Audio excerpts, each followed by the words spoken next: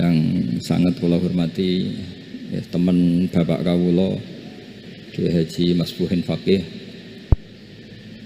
yang terhormat Kiai Haji Robah Maksum, yang terhormat Kiai Haji DRS Abdussalam MM selaku Rektor Inkafa, semua teman-teman dosen hadirin sedanten ingkang kula hormati, mahasiswa-mahasiswi yang sangat saya hormati. Tadi sudah dikatakan oleh MC, di antara alasan saya datang karena bapak saya ini temannya Kiai Masbuhin. Itu salah ya. Memang bukan di antara ya, karena itu memang. Tuh, kalau di antara ini sembrono. Karena kalau saya datang karena kalian itu dosa besar. Saya ini di rumah punya ibu sudah sepuh, punya pondok. Artinya saya punya kewajiban. Secara fikih kewajiban itu hanya bisa digugurkan oleh wajibun a'dhamu minhu, oleh kewajiban yang lebih apa? Besar. Kayaknya kalau mahasiswa-mahasiswa di sini tidak cukup untuk mengganti kewajiban itu. Sehingga saya berkali-kali memaklumatkan diri, yang undang saya nggak pernah sepuh itu dosa. Karena menggugurkan kewajiban yang lebih apa? Besar. Jadi teorinya gampang. Kalau ngundang sampean tuh mesti boleh karena nggak punya kewajiban. Jadi di rumah ya nggak punya pondok. Terus ibu sampean kalau sampean di rumah ya sumpek bocah kok nganggur gitu. Jadi fikih itu harus jelas. Saya ini pengagum fikih. Jadi saya di rumah punya ibu, saya ulang lagi, sepuh, butuh perhatian saya dan saudara-saudara saya, punya pesantren, sehingga artinya punya kewajiban. Ini sekaligus maklumat bagi yang ingin ngundang supaya ngukur dosa ndak yang ngundang Gus itu. Bukan kebaikan atau ndak, tapi dosa apa enggak gitu. Artinya bisa gugurkan kewajiban secara fikih itu hanya kewajiban yang lebih apa? Besar. Kayaknya ndak akan terjadi kecuali temannya bapak saya atau pernah guru-gurunya guru saya. Misalnya Lirboyo nanti Sakban ngundang saya 2. Begini ya, ini kan abahnya Kiai Masbuhin juga namanya Faqih, gurunya juga Kiai Abdul Faqih. Saya berharap anak-anak Inkafa ini nekuni utamanya itu fikih. Fikih itu penting sekali. Kata Sayyid Ali yang Sohibu Simtud Duror itu, wabihi kiwamus syariah, yang bisa mengawal syariat itu hanya fikih. Fikih itu ya kalau yang paling gampang tentu kita misalnya punya Fathul Qorib, Fathul Mu'in, Fathul Wahab. Tapi yang faham betul, mesti faham itu ngelotok setengah hafal. Jangan bawa kitabnya tok, sementing sekian semester terus selesai. Itu sama-sama dosa, itu dosennya ya dosa, mahasiswanya juga dosa. Karena sudah terlanjur sarjana agama, ternyata nggak bisa, itu kan mendingan tidak sarjana agama. Itu saya tak cerita sama Kiai Robah, itu ada fatwa kiai juga wali. Suatu saat ada penyanyi dangdut top terkenal di Indonesia itu nyanyi dangdut ya penyanyi ya dai, entah itu hakikat entah majas tidak tahu.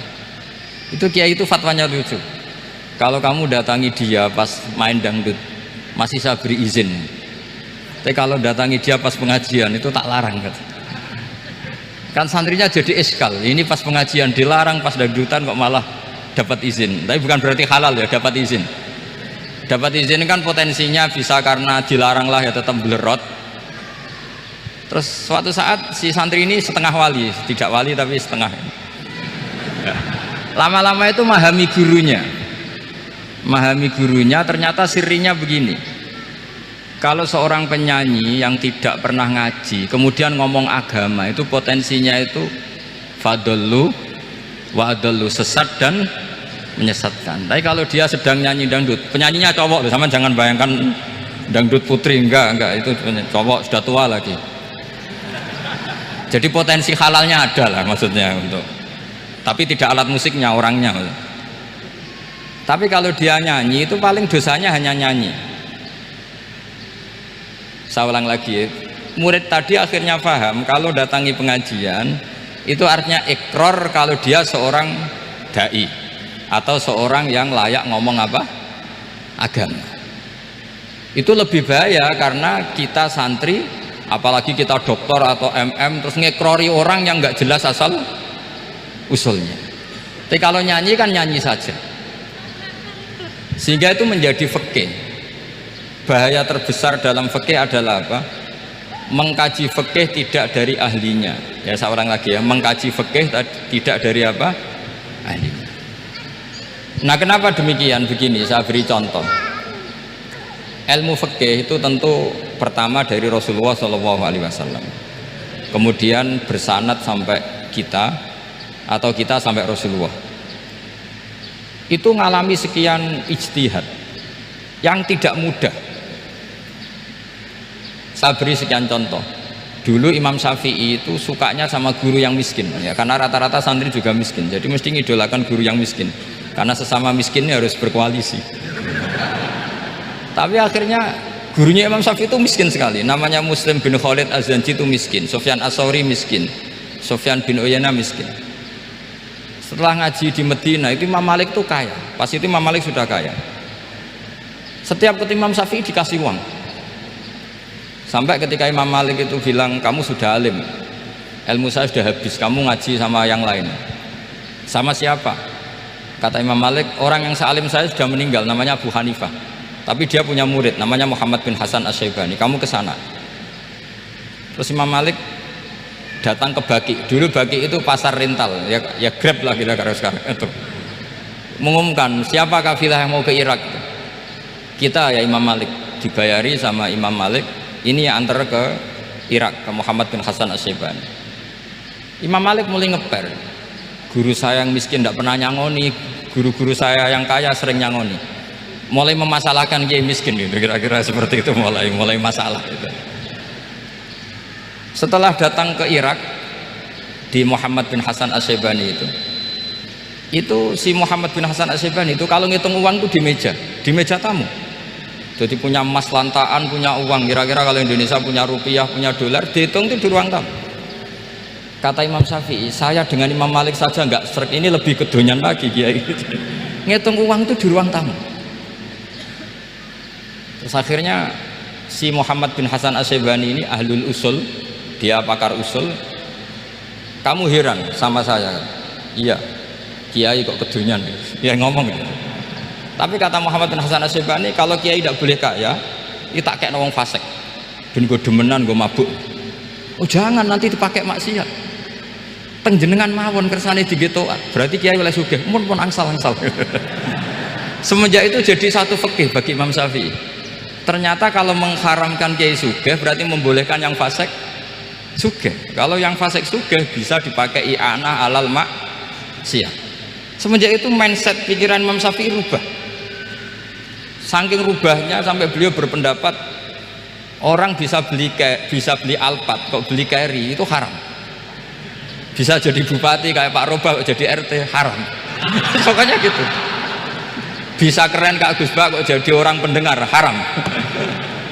Pokoknya haram terus. Karena dalil beliau al-Islam ya'lu wala yula alaih. Coba sampean ridho misalnya jadi orang Gresik dipimpin orang yang nggak sholat, ridho ndak? Ndak. Atau sholat tapi nggak bisa ngaji, ridho ndak? Ketika yang bisa ngaji berpotensi jadi bubar, terus keterusan. Karena Imam Syafi'i keterusan, ya umatnya keterusan. Akhirnya orang-orang Syafi'i itu politikus rata-rata. Ya, makanya sama jangan kaget sama Baruba. Kakak saya wakil bupati dulu, putranya Mbah Mun ada yang wakil apa? Gubernur. Dulu Gus Wahid ya menteri agama. Itu asal usul dari perubahan fikih, mindset, cara berpikir Imam Syafi'i. Jadi dulu itu fikih ditemukan itu jelimet, ada perdebatan. Itu tidak hanya pada level ulama, pada level Nabi pun ada perdebatan. Jadi jangan kira Nabi itu tidak debat, ya debat. Nabi itu asal seangkatan itu mesti debat, termasuk debat dengan malaikat.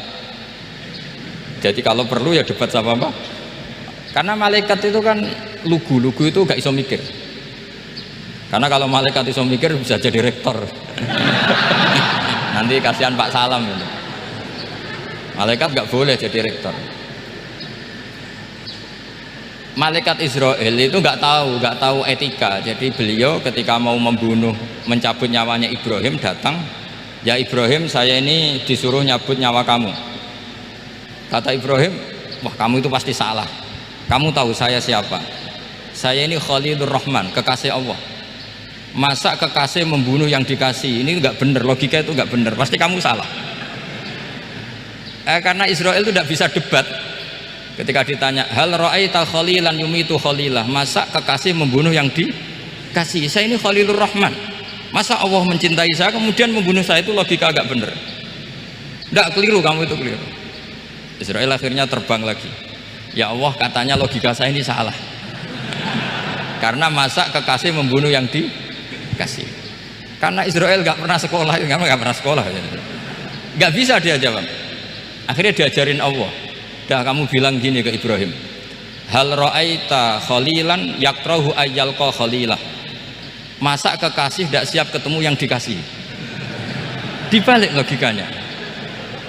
Akhirnya datang lagi ke Israel, kata Allah begini, masa jenengan kekasihnya tidak siap ketemu yang kau kasih? Oh ya ya, oke, mati gak apa-apa. Jadi ilmu itu ngalamin perdebatan. Jadi saya datang murni karena Kiai Masbuhin, bukan karena MC. Itu dosa besar kalau saya datang karena MC. Karena saya punya kewajiban yang lebih besar. Jadi yang bisa mengalahkan adalah a'dzama minhu, yang super besar kira-kira gitu. Karena jelas ada riwayat inna min abaril birri silatar rajuli ahla wuddi abi. Ya, inna min abaril birri silatar rajul ahla wuddi abi. Di antara kebaikan yang sangat baik adalah seseorang menyambung teman bapaknya. Padahal sampean kan nggak mungkin teman bapak saya. Teman saya aja nggak mungkin, nggak level apalagi bapak saya kan. Jadi malah mohal itu. Jadi ilmu itu harus ngalami satu gesekan, karena logika itu bisa dibalik. Nah karena ilmu itu ngalami satu gesekan, satu logika yang bisa kayak iya kayak enggak, sehingga jargon di dunia ijtihad itu begini, ra'yuna shawabun yahtamilul khata' wa ra'yuka khata'un yahtamilus shawab. Pendapat saya benar tapi mungkin salah, tapi pendapat kamu taruhannya salah dulu tapi ya mungkin benar. Jadi mustahid, kalau kata mustahid itu lucu ngomongnya itu, ra'yuna shawabun yahtamilul khata', pendapat saya tarifnya benar dulu tapi ya mungkin salah. Kalau pendapat kamu salah tapi ya mungkin benar atau mungkin bisa salah, ya tidak tahu, pokoknya mungkin benar. Nah kenapa demikian? Begini, di luar masalah tauhid, seorang lagi di luar masalah tauhid itu tentu ada masalah-masalah yang sifatnya ijtihadiyah. Ya saya ulang lagi, yang sifatnya apa? Ijtihadiyah. Dan ijtihadiyah ini nggak pernah selesai karena muqtadul hal, konteks kesejarahan maupun konteks kesempatan itu tidak sama. Dulu kiai-kiai itu ngaramkan dasi, ngaramkan celana, karena yang celananan yang dasinan itu penjajah, sehingga mantasabbaha biqaumin fahuwa minhum. Tapi lama-lama kiai-kiai itu ya pakai dasi, pakai celana, ya karena dianggap sudah tidak mantasabbaha biqaumin fahuwa minhum. Ini ngalami pergeseran. Semua ijtihad itu ngalami pergeseran. Lalu pertanyaannya begini, lalu ijtihad apa Gus yang permanen? Yang permanen ya ijtihad dengan alatul ijtihad, dengan alat-alat apa? Ijtihad. Saya beri contoh misalnya begini, Nabi Musa itu yang ngalami ijtihad. Kata beliau karena kangen Allah, itu ingin melihat Allah karena kangen. Rabbi arini anzur ilai, qala lan tarani walakin anzur ilal jabal. Ya sudah, namanya orang kangen ya ingin melihat, ya sudah gitu aja. Sehingga ahli ilmu kalam itu berdebat. Kalau kata ahli sunnah, karena Nabi Musa minta ingin melihat Allah, berarti melihat Allah itu jaiz, mungkin. Karena Nabi gak boleh bodoh meminta sesuatu yang mohal. Maka antipatinya ahli sunnah terhadap pendapat Mu'tazilah itu antipati. Karena menurut pendapat Mu'tazilah Allah itu qadim, Allah itu laisa kamislihi syai'un, sehingga gak bisa dilihat. Pertanyaannya adalah berarti Nabi Musa meminta sesuatu yang mohal, itu bodoh sekali sampai gak tahu mana mohal mana apa jaiz. Makanya kata Imam Ghazali, masa Nabi Musa yang Nabi gak tahu kalau melihat Allah itu mohal sampai minta, berarti nganggap itu jais atau boleh. Itu cara pandang orang-orang ahli sunnah apa? Wal jamaah. Tapi tetap saja sebagian ulama itu ya balelo, yang kayak Mu'tazilah itu ya balelo, cara berpikir pokoknya itu karena kangen, bukan karena mungkin atau tidak mungkin. Jadi nggak mungkinnya tetap tidak mungkin. Terus mereka dalil la tudrikul absar wa huwa yudrikul absar. Nah, sudut pandang ini akan terus. Ada seorang wali ditanya, kalau kamu di surga ingin melihat Allah apa enggak? Jawabnya enggak. Kenapa aja? Kasihan Allah. Terus kenapa aja? Unazzihu dzalikal jamala an nadzari misli. Saya tidak ridho Allah yang hebat, yang keren, kemudian sing delok di rumah aku wong Gresik. Koyok gak ngergani pangeran. Sebenarnya sing delok Allah ben golongane Nabi Muhammad, Nabi Ibrahim, kowe ora usah ngilangi keren maksudnya itu. Jadi ada ulama itu jadi wali kalau sholat itu karena di soft belakang, tapi jangan ditiru. Itu kan nggak lazim ya, lazimnya kan afdhalus sufuf as-saful awal. Ketika ditanya kenapa kamu kalau sholat di belakang, cek GR koyok wani suwan pangeran gue ngarep, aku sungkan berarti gue gurih lagi. Kalau sampean kan karena males bukan karena sungkan. Jadi itu artinya rasa ya. Makanya nggak bisa, nggak ada ijtihad itu tidak mungkin karena perasaannya orang itu beda-beda. Itu Sayyid Abdul Al-Haddad itu kalau ngendikan masyhur, man da'a li dzalimin bil baqa faqad ahabba yusawwah fi ardi. Orang yang mendoakan orang fasik masih hidup, gak mati-mati, itu berarti suka kalau Allah dimaksiati di buminya. Wong fasik kelakuannya rak maksiat, nah mbok dongakno mari, itu berarti kamu ingin Allah didurakani terus menerus karena si fasik masih hidup. Tapi kalau Abdul Hasan As-Sadili cara ngendikan gini, kalimatnya persis. Man ahabba alla yusawwahu fi ardi faqad ahabba alla tadhharu maghfiratuh. Orang yang ingin dunia ini steril gak ada maksiat, maka sama saja berkeinginan tidak melihat luasnya maghfirahnya Allah. Sama-sama wali besar, tapi cara pandang hubungannya dengan Allah seperti itu. Jadi mau tidak mau, istihad itu mau tidak mau. Makanya tidak usah dipertentangkan misalnya cara berpakaian, cara apa, yang penting sesuai aturan Islam ya sudah. Karena ini urusan rasa. Urusan apa? Rasa. Itu Syekh Hasan Basri itu sering jagongan sama Robiah Hadawiyah. Itu secara fikih salah. Tapi pas itu ulama fikih ditanya, kenapa Anda tidak komentar terhadap dua wali besar yang sering ketemu? Andai kan semua santri seperti itu akan saya halalkan, kata. Karena nggak mungkin punya nafsu. Sehingga fikih dulu memang masih asli. Kamu lihat di takrib misalnya, lelaki melihat perempuan itu nggak boleh kecuali sekian alasan. Termasuk boleh itu litaklim karena mengajar, atau lil muamalah. Lah ini yang mulai masalah.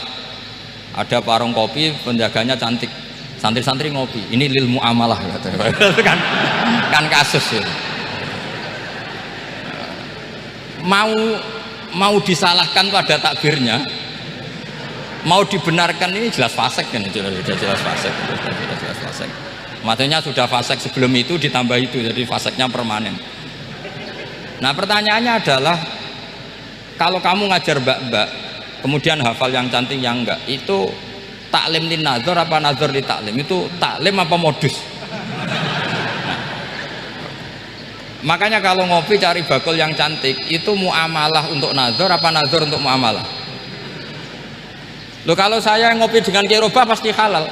Karena begini, berjalan saja bareng capek, nggak tahu itu warungnya siapa, terus berhenti ngopi, kebetulan bakulnya cantik. Nah itu mungkin halal karena kan saya tidak milih-milih, ingin ngopi kebetulan bakulnya cantik. Kalau kamu kan nggak apal daftarnya, wah itu mesti haram, itu mesti haram itu.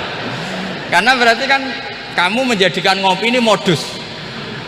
Gue jagani nak takok pangeran, lo kok nazar muamalah Gusti muamalah. Itu mesti modus.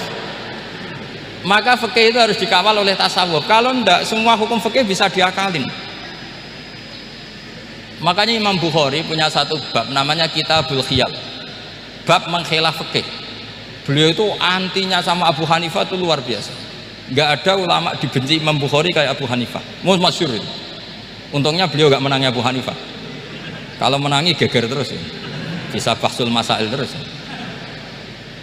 Itu Abu Hanifah itu ulama yang suka khilah. Khilah itu ngerekayasa hukum.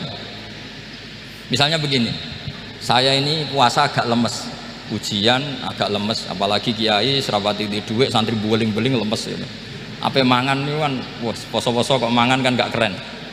Supaya saya bisa makan dan halal, saya bisa ngajak Kiai Robai jalan-jalan, nyari yang jarak 2 marhalah, ya sudah, terus bisa makan. Kalau ditanya Allah kok makan, musafir.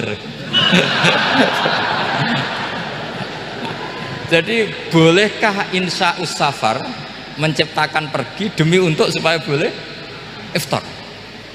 Boleh enggak cara jenengan? Coba kok enggak boleh, alasannya apa? Kan pergi. Perginya juga enggak maksiat. Itu khilaf. Tapi Sayyid Muhammad, Abuya Sayyid Muhammad bin Alawi, Sayyid Muhammad itu membela Abu Hanifah, artinya membela jangan semua khilaf itu diharamkan. Karena itu cara, saya ulang lagi, karena itu cara untuk mengawal bahwa hukum Allah itu luas. Karena kalau nggak ada khilaf itu ya kita kesulitan. Misalnya begini, ini penjelasannya, makanya kita harus sering mendengar. Saya itu dulu masih sangat fikih itu protes, kenapa ada poluan polisi wanita? Itu kan pekerjaan cowok ya, pekerjaan pria. Tapi setelah mendapat penjelasan dari polisi itu alasannya masuk akal, Gus. Kadang-kadang orang nakal itu menyembunyikan narkoba itu di alat wanitanya. Itu kalau semua lelaki polisi kayak jenengan itu kan masalah itu. Sehingga memang harus ada polisi wanita karena sebagian pengedar narkoba itu perempuan dan menyembunyikannya di tempat itu. Kalau semua polisi cowok kan nggak kebayang. Sehingga kita akhirnya mendengar membolehkan polisi itu wanita. Ada wilayah yang harus wanita. Begitu juga ada pertanyaan, kenapa sih dokter kandungan itu cowok? Saya punya banyak santri yang muhibin saya itu dokter kandungan. Tak tanya, kamu itu kok cowok kok jadi dokter kandungan? Kan pekerjaannya seperti itu. Dia jawabnya lucu. Dari 10 yang tes jadi dokter kandungan, itu yang cewek itu lulus 2, yang cowok lulus semua. Karena ketika cewek dites melihat ketuban pecah darah itu langsung pingsan. Sehingga yang secara psikologi dablek itu kan memang lelaki. Jadi roh wongnya sewakit santes. Kadang nggak lahir-lahir dintaini nang jopo rokokane santai. Itu kalau cewek yang jadi dokter kandungan itu nunggu jam 11, jam 4 sudah pingsan. Nah ini cerita, bukan berarti saya menghalalkan, enggak. Kita harus mendengar, saya ulang lagi, kita harus apa? Dan itu setelah mendengar itu nanti jadi disiplin ilmu, yaitu namanya fikih. Saya berkali-kali cerita di mana-mana cerita, fikih itu harus dievaluasi karena ini masalah furu'iyah. Saya berkali-kali cerita di mana-mana cerita. Hukum berteman orang fasik gimana? Pasti orang jawab haram karena takut ketularan orang fasik. Tapi kalau dibalik, hukumnya bina orang fasik gimana? Ya baik, umatnya Nabi bisa bina kalau berteman. Kamu bisa bina orang fasik tanpa berteman? Gak bisa. Jadi kalau dibalik, hukum berteman orang fasik gimana? Haram. Hukumnya bina orang fasik baik, bisa bina kalau berteman. Berarti berteman orang fasik? Ya terus nanti pada level lapangan sih gampang.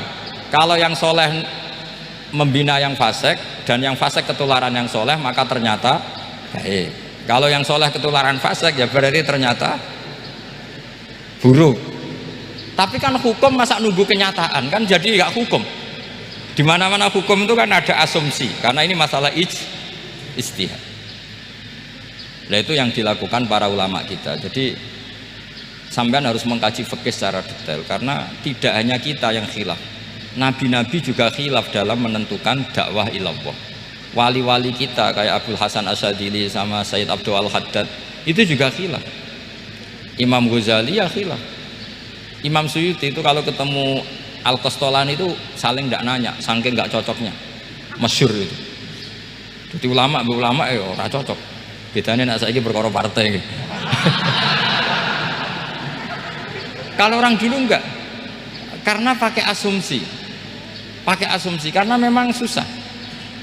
Enggak, misalnya memang tak bedai, tak beri yang enggak, misalnya ada orang rukuk kemudian ngentut, itu sholatnya batal apa enggak jawab saja.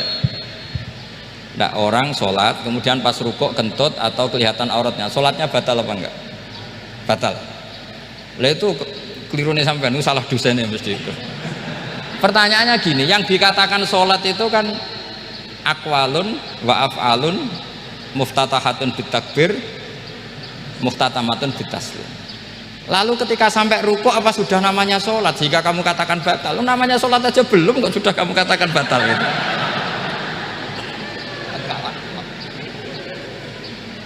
Iya kan?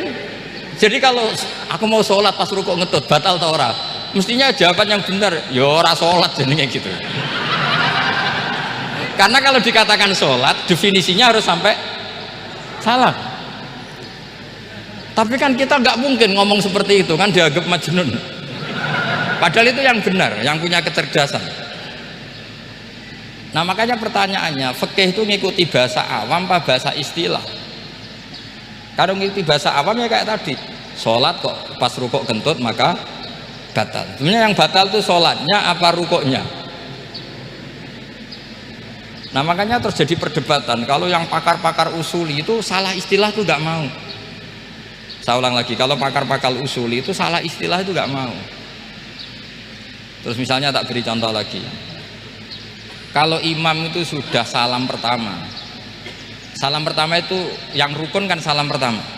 Berarti setelah salam pertama imam sudah keluar dari sholat apa belum? Sudah kan? Yakin? Ya sudah. Sekarang sama tak bedai. Lalu makmum itu kesunatan langsung berdiri apa nunggu imam salam kedua? Enggak, jawab satu. Nunggu salam kedua kan? Nah, itu kriminalnya sampai Anda harus begitu itu. Kriminalnya begini. Berarti Anda membolehkan makmum bergantung sama orang yang sudah tidak sholat. Kata kamu setelah salam pertama dia sudah tidak sholat. Berarti kamu menginstruksikan makmum berhubungan dengan orang yang sudah tidak sholat, karena sudah keluar dari sholat ketika salam pertama. Kalau kamu didebat gitu gimana jawabnya? Pusing kan? Berarti robtul makmum bisolatiman sing wis laisa fi sholatin. Berarti menggantungkan sholat sama orang yang sebetulnya sudah tidak sholat. Ada yang jawab, sebagian ulama fikih tetap disunatkan menunggu salam kedua, karena salam kedua itu masih paket meskipun tidak rukun, dia paketnya selesai. Tapi selalu pertanyaannya gini, lalu setelah salam pertama itu imam masih sholat gak? Udah sama pernah dijawab toh? Nah ini pentingnya bodoh gak mikir. Jadi makanya bodoh itu barokah karena gak mikir. Jadi soalnya Rabbana ma khalaqta hadza apa? Batila. Sing bodoh ya barokah, sing pinter ya barokah. Sing ra barokah maksiat. Wis ora ono barokah blas. Maka kan fikih itu seperti itu. Jadi ada disiplin, di situ ada disiplin ilmu. Yang kadang kita tidak cocok. Makanya Imam Syafi'i sendiri ngendikan, kadang beliau dengan gurunya, dengan Imam Malik sampai ngarang ikhtilafu Malik. Beliau punya data yang beliau itu sedang nggak sama dengan gurunya, yaitu Imam siapa? Malik. Karena mindsetnya itu beda. Tidak sampai misalnya saya tanya, sholat itu harus menghadap kemana? Tidak, jawab saja. Kiblat kan? Ukurannya apa coba? Namanya madhep. Wajah apa dada? Imam Syafi'i milihnya dada. Sekarang praktekkan dalam dialog keseharian. Saya jagungan sama Kiai Roba seperti ini, terus wajah saya begini, madhep enggak? Nah itu masalah. Terus pertanyaannya, madhep dengan dada itu fi sholat apa fil qiyam?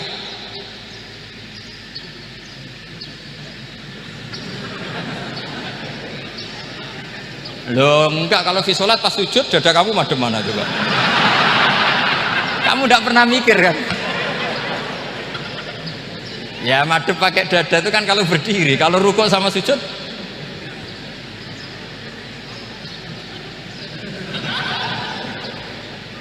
Lah itu ulama itu jelimet gitu. Makanya jarang yang menekuni profesi ulama itu. Menekuni proposal banyak karena memang susah. Jadi ulama itu orang yang cara berpikir sudah aneh. Sehingga mereka detail. Maksudnya menghadap itu apa ukurannya? Ukurannya kalau berdiri ya dada, tapi nggak bisa kamu katakan at-tawajjuh bisodri, aturan dalam sholat, fikuli sholat. Pertanyaannya lah kalau rukuk sama sujud, dadanya menghadap kemana coba? Maka itu ilmu yang sudah jelimet. Nah ulama usul fikih, ulama yang nggak mau salah per detail hukum. Sehingga menurut Imam Rafi'i, misalnya kalau beliau ditanya sujud itu gimana ya, asal wat ujabha ya sujud. Tapi kalau menurut Imam Nawawi harus melibatkan 7 apa? Anggota, yaitu al-jabha, wal yaden, warrubaten, wal kodamen. Oke, Imam Nawawi kita ikuti. Tentu keseharian kita pakai Imam Nawawi, yaitu berdasar hadis umirtu an asjuda ala sab'ati a'dzumin al-jabha, wal yaden, warrubaten, wal kodamen. Berarti berapa? 7. Tapi pernah saya cek di kitab karangannya Imam Syafi'i, ketika beliau ngendikan saya suka kalau orang sujud itu melibatkan 7 anggota berdasar hadis ini. Tapi kata beliau wayah tamilu, dan bisa saja sujud yang watul jabhah itu sudah cukup.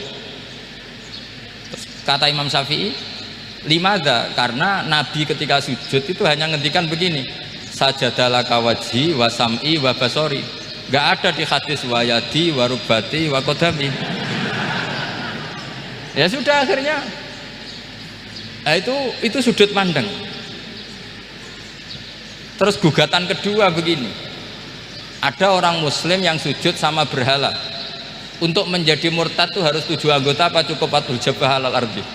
Untuk sah menjadi murtad itu, untuk sah menjadi murtad cukup watul jabhah alal ardi harus 7 anggota. Untuk keabsahan murtadnya itu enggak jawab. Makanya ini tugas dosen-dosen ini meminterkan ini, karena namanya sudah faqih. Faqih itu ahli fikih yang detail, namanya faqih. Kalau ini mutafaqih.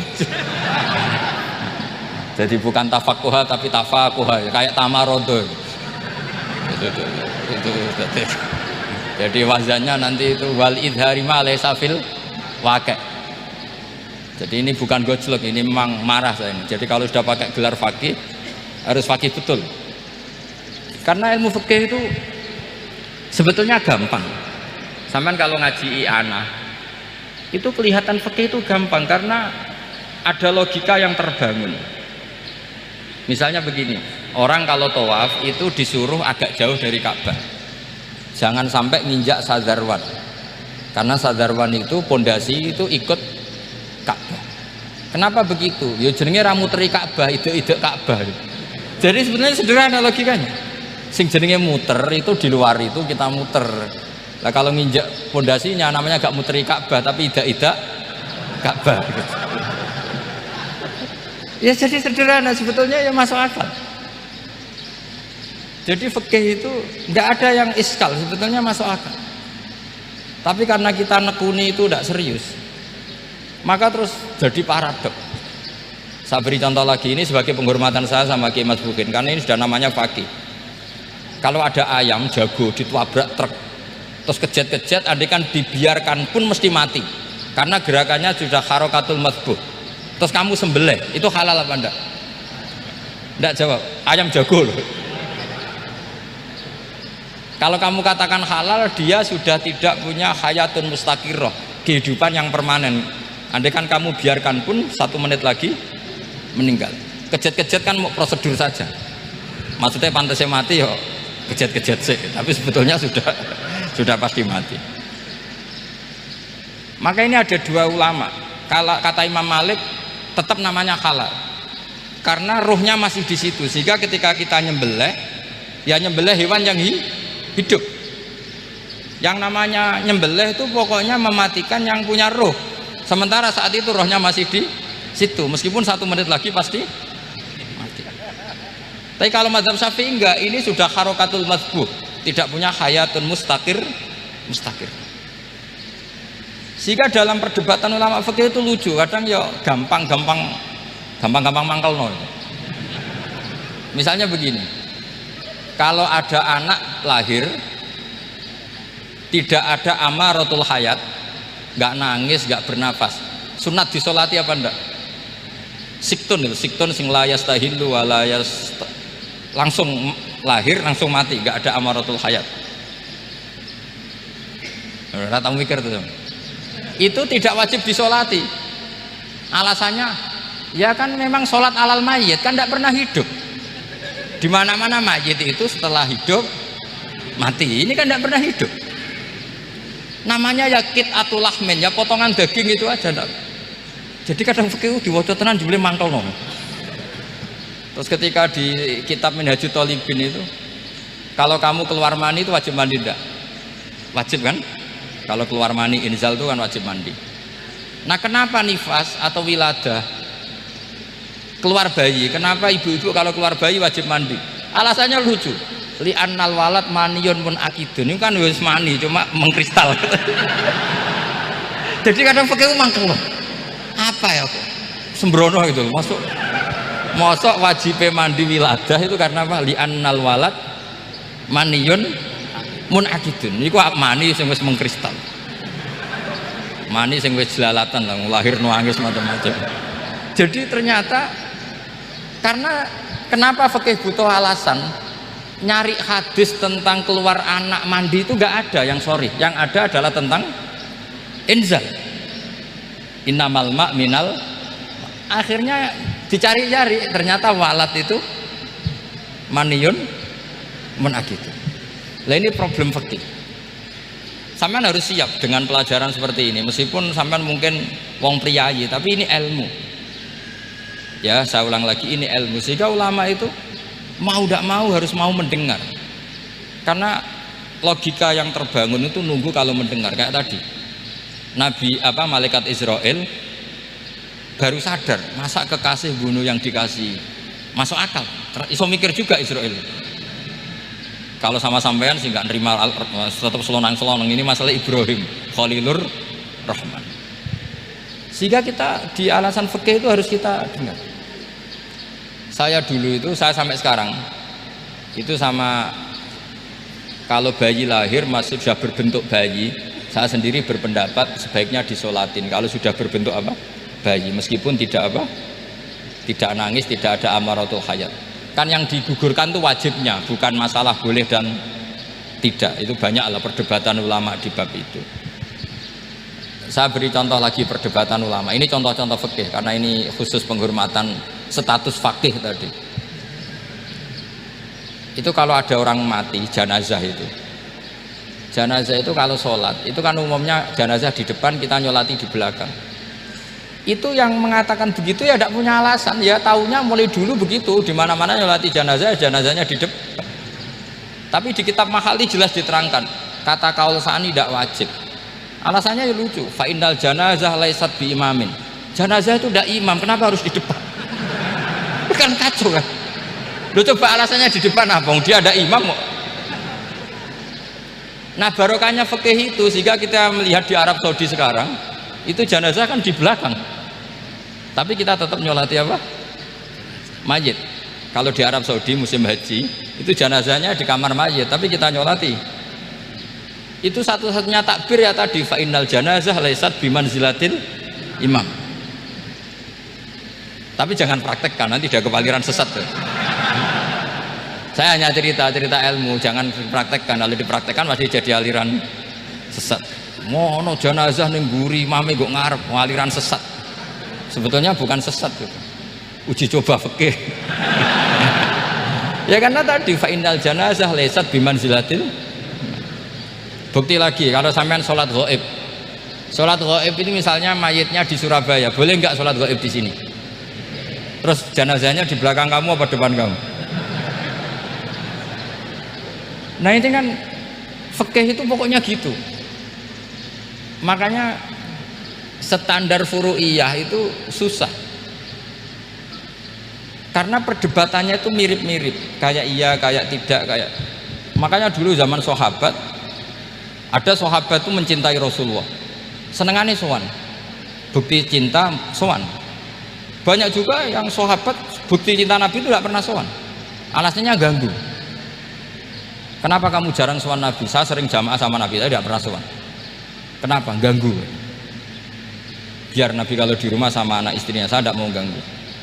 Makanya saya termasuk kiai yang gak pati seneng disowani. Karena ya itu tadi. Kalau mulang seneng saya, kalau disowani biasa saya. Kalau Kiai Roba itu nilii, nak pernah sepuh jadi rasuwan nilii. Jadi beda, saya sering ditilii kiai-kiai sepuh. Tapi bahasanya tentu tidak sowan, tapi nopo nilii. Kalau sowan itu banyak. Ketika Rasulullah wafat, itu separuh sahabat hampir mayoritas, ya Rasulullah kita semua ingin kita dulu yang meninggal karena engkau begitu penting. Maka jangan meninggal dulu, kita yang meninggal. Kalau kita yang meninggal itu gak apa-apa, tapi kalau engkau penting jangan meninggal. Tapi ada saja sahabat, lah tidak seperti itu. Saya suka Rasulullah meninggal dulu. Alasannya masuk akal. Biar Allah menyaksikan saya kama usaddikuhu hayyan usaddikuhu maitan.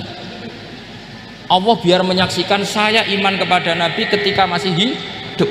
Dan saya buktikan setelah mati pun, setelah meninggal pun, setelah wafat pun iman. Jadi ternyata baisnya itu supaya orang tahu bahwa iman kita kepada Nabi itu iman yang super, sehingga ketika beliau sugeng ya kita iman, setelah wafat juga kita iman. Kai usaddikuhu maitan kama usaddikuhu hayyan, supaya saya mentasdikkan beliau setelah meninggal sebagaimana kita mentasdikkan beliau saat masih hidup. Dan ternyata Allah ridho dengan perkataan sahabat itu. Kenapa Allah ridho? Karena menjadi pelajaran bagi orang-orang yang ditakdir gak menangi Rasulullah SAW. Tetap mereka iman. Jangan kayak setan. Setan itu kurang ajar betul kalau iblis itu. Masyhur itu. Iblis itu nangis-nangis neng Nabi Musa. Iblis itu takutnya sama Allah itu luar biasa. Sampean kalah. Iblis itu setiap ketemu malaikat karena dia ngerti alam gaib, mesti apa itu? Kama sali syaitani id qala lil insani kfur falamma kafara qala inni bari'um minka inni akhafu wa rabbal alamin. Jadi setan iblis itu paling sering bilang inni akhafu wa rabbal alamin, karena iblis itu tahu surga, tahu neraka, tahu kekuasaannya Allah. Jadi takutnya sama Allah luar biasa. Makanya setiap dia mengajarkan kekafiran, setelah orang itu kafir gimana? Inni bari'um minka inni akhafu wa rabbal alamin. Saking takutnya sama Allah, suatu saat iblis ini datangi Nabi Musa karena tahu Nabi Musa itu kalimullah, orang yang bisa komunikasi langsung dengan Allah. Ya Musa ya kalim Allah, saya ini makhluk, saya takutnya sama Allah luar biasa, tolong rayukan Allah supaya nerima tobat saya. Karena dirayu terus, lama-lama Nabi Musa bilang oke, tak rayukan Allah sama Allah. Karena Musa kekasihnya, ya Allah iblis itu ingin tobat, tolong dikasih hak tobat. Kata Allah oke, dia bisa tobat asal mau sujud di makamnya Nabi Adam, karena kesalahannya dia gak mau sujud sama Nabi Adam. Semenang Nabi Musa karena ada cara untuk iblis menjadi tobat. Dikasih tahu sama Nabi Musa, alhamdulillah kamu diterima tobatnya. Syaratnya apa? Sujud ke kuburannya Nabi Adam. Wah iblis kata aslinya terus asjuduhu maitan wa qatla asjuduhu hayyan. Oh zaman urip aku ora gelem, pomene wis mati. Oh dasar setan itu. Zaman urip aku ora gelem, wis mati mbok kon sujud. Kumat maksudnya terus, ya sudah terus sampai sekarang akhirnya. Kalau sekarang sudah tidak mungkin lagi karena nggak ada Nabi Musa sudah. Jadi ijtihadnya sahabat melihat wafatnya Rasulullah itu beda-beda, dan ternyata semuanya diridhoni Allah. Karena ternyata yang suka Nabi wafat dulu adalah ingin supaya umat Islam tetap mencintai beliau, iman sama beliau, tasdik sama beliau, sebagaimana tasdik zaman sugeng. Makanya kita harus mencintai guru-guru kita. Uhibbuhu maitan kama uhibbuhu hayyan. Saya sampai sekarang itu ya merasa Mbah Mun itu tidak meninggal. Saya masih merasa kalau bapak saya tidak meninggal, karena kita mencintai beliau-beliau ketika hidup dan ketika wafat itu sama. Karena beliau-beliau sama kita juga seperti itu. Rasulullah itu ketika mendekati wafat, ya bahasa halusnya intaqala ila rafiqil a'la. Itu Nabi kalau ngedikan tuh rileks sekali. Hayati khairun lakum wa wafati khairun lakum. Cung aku nak uripku ya apik, engko nak aku wis kapundhut ya apik. Fa amma hayati fali asunna lakum as-sunan. Sebagian riwayat fa innakum tuhadditsuna anni wa uhadditsu ankum. Kalau saya masih hidup, saya bisa mengajarkan kamu sunnah, mengajarkan kamu tradisi-tradisi yang benar. Dan ketika aku mati, ketika aku sudah wafat, maka saya jejer Allah, kata Nabi. Saya berdampingan dengan Allah, maksudnya dekat Allah. Tentu bila kaifin walan hisor. Terus sudah fa inna amalakum, amal-amal kamu diperlihatkan ke saya. Berhubung saya sudah dekat Allah, kalau amal kamu baik, saya muji Allah.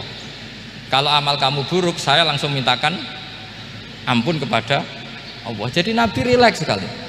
Artinya saya hidup bagus karena bisa mengajarkan kamu as-sunan wa syara'i. Kalau saya wafat karena saya dekat Allah, kalau kamu baik saya muji Allah, kalau kamu buruk saya mintakan ampun kepada.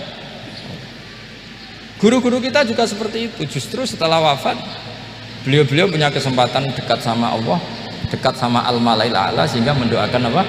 Kita. Nah, terus kata Sayyid Muhammad, wala taqulu lima yuqtalu fi sabilillahi amwat. Kamu jangan pernah berkeyakinan atau berpendapat atau berkomentar kalau orang-orang yang mati fi sabilillah adalah berstatus apa? Mati, amwat. Kalah. Terus kata Sayyid Muhammad, hadza li amati syuhada. Ketentuan ini bagi umumnya syuhada. Artinya gini, umumnya syuhada saja tidak berstatus amwat, apalagi hadza Rasulullah sayyidul syuhada, sayyidul anbiya, sayyidul mursalin, tentu tidak pernah berstatus amwat. Ya, saya ulang lagi ya, jadi zaman cara berpikir amatus syuhada, syuhada yang umum saja berstatus hidup, tidak boleh distatuskan amwat. Apalagi Rasulullah itu sayyidus syuhada, sayyidul anbiya, maka status beliau pasti hayyun la yamut, pasti beliau itu hidup tidak. Dan karena beliau itu asfaq, sangat sayang kepada kita, sebagaimana zaman beliau hidup itu sayang kepada kita sampai nangis-nangis minta hak syafaat, maka setelah meninggalkan pun beliau pasti sayang kita dan pasti berusaha supaya kita diampuni oleh Allah Subhanahu wa ta'ala. Sehingga ada sahabat yang tadi berpendapat, kalau saya nggak masalah Nabi wafat dulu, supaya Allah menyaksikan saya usaddiquhu maitan kama usaddiquhu hayyan. Jadi ini cerita ya, cerita sudut-sudut pandang. Jadi saya mohon kalau mengkaji fikih itu harus detail, minimal takrib itu setengah hafal, supaya konstruksi ilmu itu utuh. Ya, sama lagi konstruksi ilmu itu, karena ilmu itu mesti ada yang apa ya, ya rodok setengah salah itu, tapi disalahno ora kena. Ndak sampean tak bedheki, nak pancen bener langsung tak angkat jadi rektor. Nak bener tuh. Coba rukun sholat pertama itu apa coba? Rukun sholat pertama. Niat. Niat sama berdiri dulu mana? Ayo niat dulu baru berdiri, apa berdiri dulu baru niat? Berarti niat sama berdiri dulu mana? Rubah kan? Artinya kita mau bilang tartib urutannya niat, berdiri, takbir, gak bisa. Yang dikatakan niat itu apa? Qasdus syai' muqtaronan bifi'lihi. Berarti niat sama takbir harus bareng apa urutan? Bareng. Terus dengan qiyamnya urutan apa bareng? Bareng apa urutan? Loh enggak, kalau urutan berarti takbir dulu, duduk, baru berdiri. Nah, maka seperti ini itu mau tidak mau kita salah, dikatakan tartib ya salah, dikatakan serentak ya salah. Cuma karena kita bodoh, gak tahu mikir itu, alhamdulillah kan di situ itu. Lu coba niat sholat loh, niat takbir qiyam dulu mana? Niat takbir qiyam dulu mana coba? Dulu qiyam. Enggak ada kitab yang mengatakan arkanus sholat awaluha. Oh, dianggap kitab kriminal mesti. Makanya ngendikane ulama-ulama di sarah-sarah, mau ndak mau sebagian istilah itu tasamuh itu wis digawe gampang ngono kok repot. Karena kita ndak bisa detailnya. Coba misalnya puasa.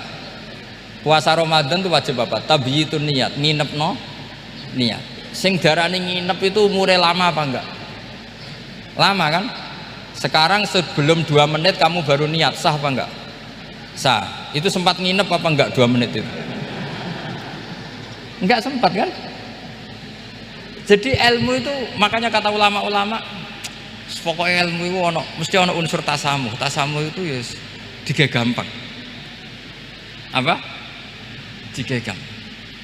Misalnya Imam Syafi'i berpendapat mashu ba'dir roksi. Itu kata beliau walau sya'rotan fi khadir roksi. Meskipun satu rambut asal masih di wilayah kepala. Tapi kalau rambut itu dikeliwir dibasuh di sini nggak sah. Karena sudah keluar dari batas apa? Kepala. Imam Syafi'i cara berpikir kan yes ngene iki jenenge mbasuh sirah. Tapi cara Abu Hanifah enggak. Ya enggak, yang namanya megang kepala itu ya minimal 1/4 lah. Masa gitu dikatakan megah. Lalu ulama usul fikih itu berdebat. Sesuatu itu sesuai masodaknya. Masodak itu yasduku alaihi kadza, yaitu ini tadi saya cerita ke Ibu Khen tentang ngaji Jamul Jawame. Ini ilmu yang di Jamul Jawame. Sesuatu itu ukurannya mayasduku alaihi kadza apa dengan takrif definisi. Misalnya gini, sholat itu batal dengan makan. Kalau kamu sholat makan batal nggak? Nggak, jawab saja. Batal. Itu satu upo apa satu piring? Nggak, jawab saja. Satu upo sudah batal. Sekarang bab makan di ngurmat tamu. Cung tamuku keimangan. Iku sak upo apa sak piring? Lah ini kan tidak fair, di bab tamu makan satu piring tapi di bab sholat satu upo. Maka pertanyaannya, lalu penamaan sesuatu itu berdasar masodak mayasduku alaihi ismu kadza atau berdasar uruf?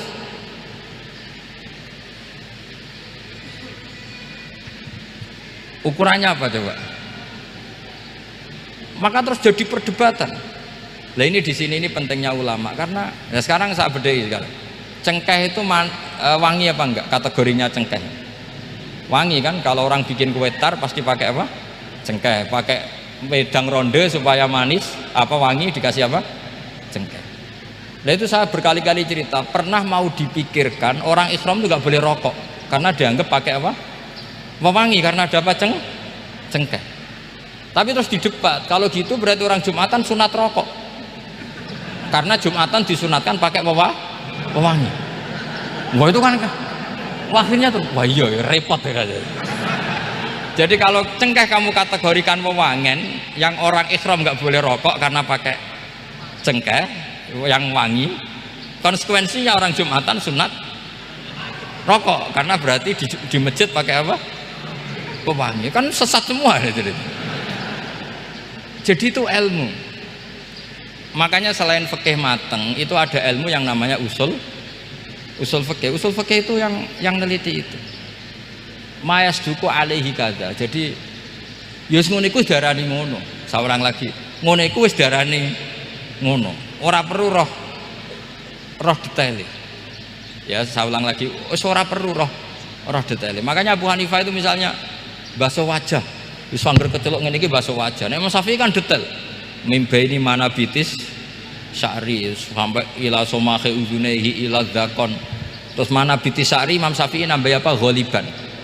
Kenapa ditambah ghaliban? Karena kalau orang budak mana bitis sya'rinya di sini. Jadi itu fikih. Jadi fikih itu jelimet. Padahal kita ini nggak pernah berpikir secerdas Imam Syafi'i, tapi akhirnya ya mikir juga. Nah, gak ditambah ghaliban, mana bitis sya'rinya orang budak kan? Sini. Terus sekarang perdebatannya, orang budak basuh maskur roksi di sini sah enggak? Karena tadi itu wajah apa kepala gitu. Kan jadi bingung gitu. Ya makanya ini mukadimah saya supaya sampean lebih disiplin belajar apa? Fikih, dan setidaknya didiskusikan lah kitab-kitab Minhajut Thalibin atau kitab-kitab Mahali. Karena di situ nanti ada perdebatan, dan perdebatannya itu indah sekali kayak tadi.